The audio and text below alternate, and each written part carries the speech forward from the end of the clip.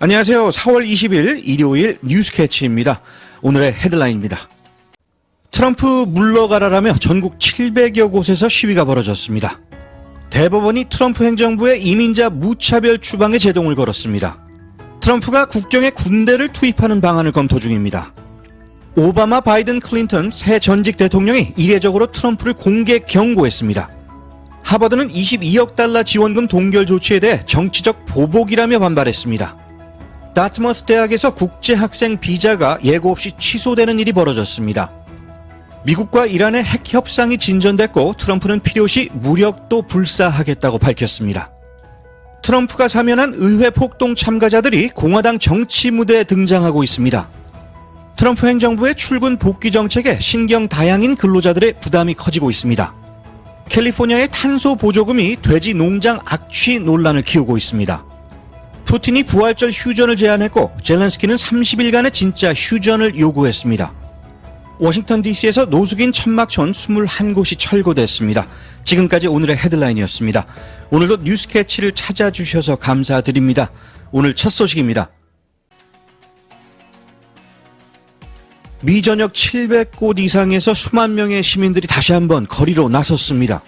50501이라는 이름으로 진행된 이번 시위는 트럼프 대통령의 강경 이민 정책과 행정 권한 남용에 반대하며 4월 5일 핸즈업 시위에 이은 또 한 번의 대규모 집회였습니다.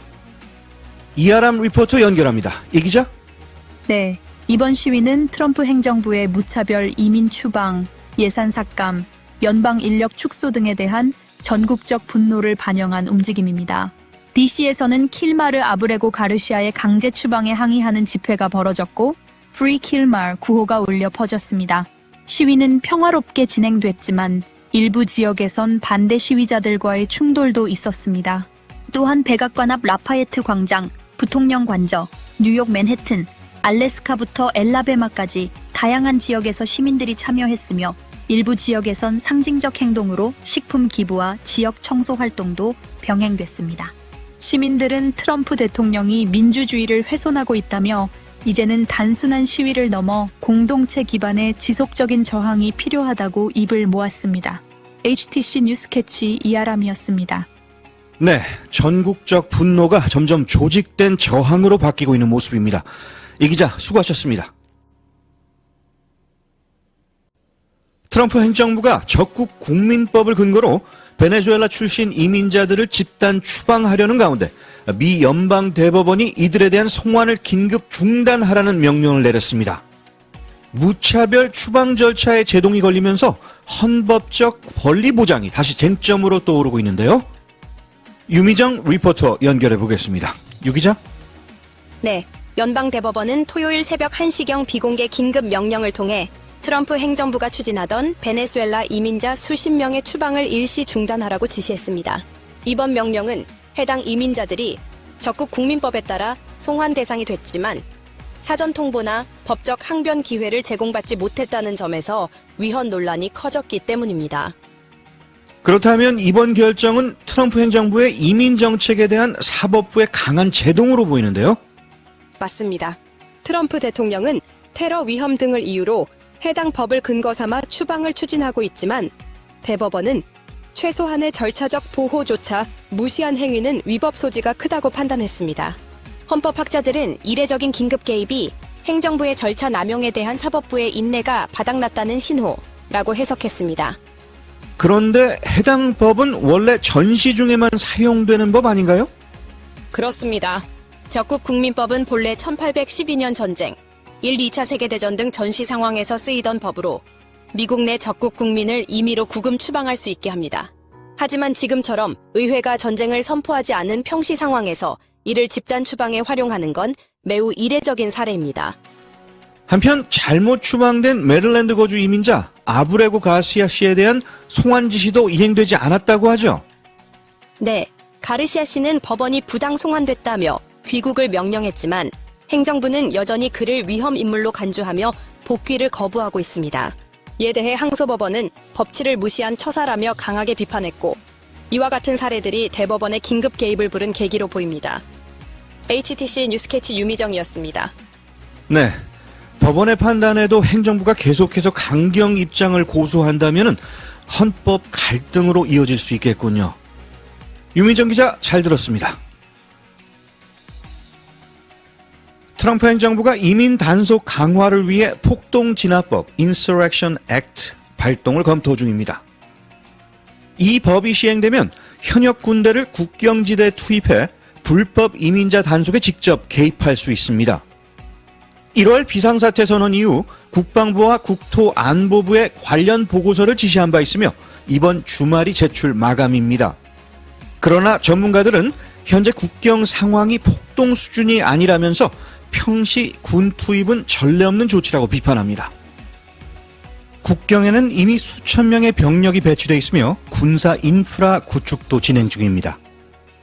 헌법학자들과 전직 국방 관계자들은 이번 검토가 법치주의를 훼손할 우려가 크다고 지적하고 있습니다. 미국의 새 전직 대통령 오바마, 바이든, 클린턴이 이례적으로 동시에 트럼프 행정부를 비판하며 미 민주주의에 경고음을 울렸습니다. 바이든은 사회보장제도 훼손을, 오바마는 대학 탄압과 민주주의 퇴보를, 클린턴은 분열과 지배중심 정치 문화를 각각 우려했습니다. 이들은 직접적으로 트럼프를 언급하진 않았지만 지금은 예외적인 상황이라면서 시민의 역할을 강조했습니다. 전직 대통령들이 임기 초에 이처럼 강하게 현직 대통령을 비판한 것은 극히 드문 일로 트럼프의 민주주의 훼손 우려가 전례 없는 수준이라는 점을 보여줍니다. 도널드 트럼프 행정부가 하버드대 학내 반유대주의 문제와 DEI 프로그램 관련 전면 개혁을 요구하며 22억 달러의 연방 지원금을 동결한 가운데 하버드 측이 실수로 보낼 편지가 아니었다고 의도된 압박이라며 강하게 반발했습니다. 문제가 된 4월 11일자 서한은 보건복지부, 교육부, 총무청 명의로 발송됐고 하버드가 이를 위헌적이고 과도한 간섭이라며 거부하자 트럼프 행정부는 세금 면제 자격까지 박탈하겠다고 경고했습니다. 하버드는 학생과 직원, 미국 고등교육의 위상에 실질적 피해가 발생 중이라면서 편지가 실수라면 그 이후 행동은 실수가 아니다라고 강조했습니다. 한편 다트머스 대학에서 중국인 박사과정 학생의 F1 비자가 예고 없이 취소되면서 트럼프 행정부의 서비스 기록 삭제가 국제 학생들의 체류 자격을 위협하고 있습니다. 최근 몇 주 사이 1,000명 이상의 유학생이 비자 또는 신분을 잃은 것으로 나타났으며 연방법원은 일부 학생의 신분 복원 명령을 내렸습니다. 대학은 국제 학생들에게 여권, I-20, I-94 등 이민 서류를 상시 소지할 것을 권고하며 특히 국경 100마일 이내 지역에서 주의를 당부했습니다. 이는 학생 보호와 법적 대응 강화를 위한 대학의 노력으로 평가됩니다. 트럼프 행정부가 이란과의 핵무기 개발 방지를 위한 2차 고위급 회담을 로마에서 개최했으며 양측 모두 진전이 있었다고 평가했습니다. 이번 회담은 10년 만에 성사된 양국 간 최고 수준의 접촉으로 미국은 외교로 이란의 핵무기 보유를 막겠다는 입장을 밝혔으나 필요시에는 무력도 불사하겠다는 태도를 유지하고 있습니다. 이란은 평화적 목적의 핵 개발을 강조하며 제재 해제를 요구했습니다. 회담은 중재국인 오만을 통해 간접적으로 진행됐고 다음 라운드는 4월 26일 예정해 있습니다. 2021년 1월 6일 미 의회 폭동에 가담해 유죄를 선고받았던 라이언 켈리 전 미시간 주지사 후보가 트럼프 대통령의 전격 사면 이후 정치 재기를 시도하고 있습니다. 이처럼 트럼프가 복귀와 함께 1,500여 명을 대거 사면하면서 일부 가담자들은 지역 공화당 행사 연사로 초청되거나 정치 출마를 고민하는 등 순교자 혹은 애국자로 치켜 세워지는 분위기입니다. 그러나 전문가들은 정치 폭력의 일상화를 우려하며 미국 민주주의의 기반이 흔들릴 수 있다고 경고하고 있습니다. 켈리는 정치적 죄수였다고 주장하며 2026년 미시간 주지사 재도전 가능성도 시사했습니다. 미국 내 자폐, ADHD, 우울증 등 신경 다양성을 가진 근로자들이 트럼프 행정부의 출근 복귀 압박 속에서 생존을 고민하고 있습니다. 원격 근무에 의존해왔던 이들은 감각 민감성, 사회적 불안, 집중력 부족 등으로 오피스 환경에 적응하기 어렵습니다. 특히 DEI 프로그램 축소와 장애인 차별금지법 기반의 유연 근무 요청이 거부되는 사례가 늘고 있어 정당한 권리를 주장하기도 두렵다는 목소리가 커지고 있습니다. 이 사회는 나 같은 사람을 위해 만들어지지 않았다는 발언처럼 포용적 직장 문화의 위기가 우려됩니다. 캘리포니아의 온실가스 감축 정책이 미주리의 대형 돼지 농장까지 자금 지원으로 이어지며 논란이 커지고 있습니다. 스미스필드 등 대기업들은 동물 배설물에서 나오는 메탄을 수집해 연료로 전환시키면서 탄소 크레딧을 받고 있는데, 이로 인해 지역 농민과 환경단체들은 악취, 수질 오염, 소규모 농가 붕괴 등을 우려하고 있습니다. 특히 메탄 포집 시설은 환경 개선보다 기업 이익 수단으로 전락했다는 비판이 나오며 미국 내 7개의 주가 이를 본떠 유사 정책을 추진 중입니다. 과도한 보조금과 부실한 감시 체계로 인해 탄소 시장 전반의 신뢰성도 금이 가고 있습니다. 푸틴 대통령이 부활절을 맞아 30시간 일방적 휴전을 선언했지만 젤렌스키 대통령은 러시아가 실제로 공격을 멈춘다면 우크라이나도 따르겠다며 30시간 아닌 30일 휴전을 제안했습니다. 트럼프 행정부는 양측의 미온적 태도에 실망하며 중재 철회 가능성을 내비쳤습니다. 한편 러시아와 우크라이나는 전쟁포로 492명과 중상자 46명을 상호 송환해 인도주의적 조치는 계속되고 있습니다.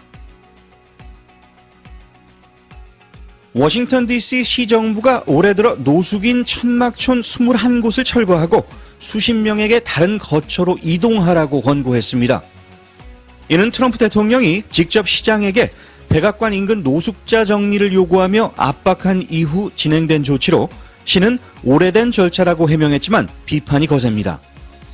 지역 단체들은 철거가 근본 해결이 아니라 노숙인을 이리저리 떠돌게 할 뿐이라며 주거 바우처와 저렴한 주택 확대만이 진짜 대안이라고 지적했습니다.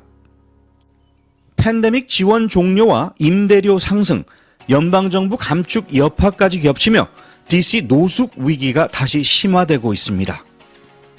시는 용기 있는 자를 결코 버리지 않는다라는 말이 있습니다. 고뇌에서 부활하시는 여러분 되시기 바랍니다. 뉴스캐치 오늘 소식은 여기까지입니다. 좋은 하루 되시기 바랍니다. 진행의 탑프로였습니다.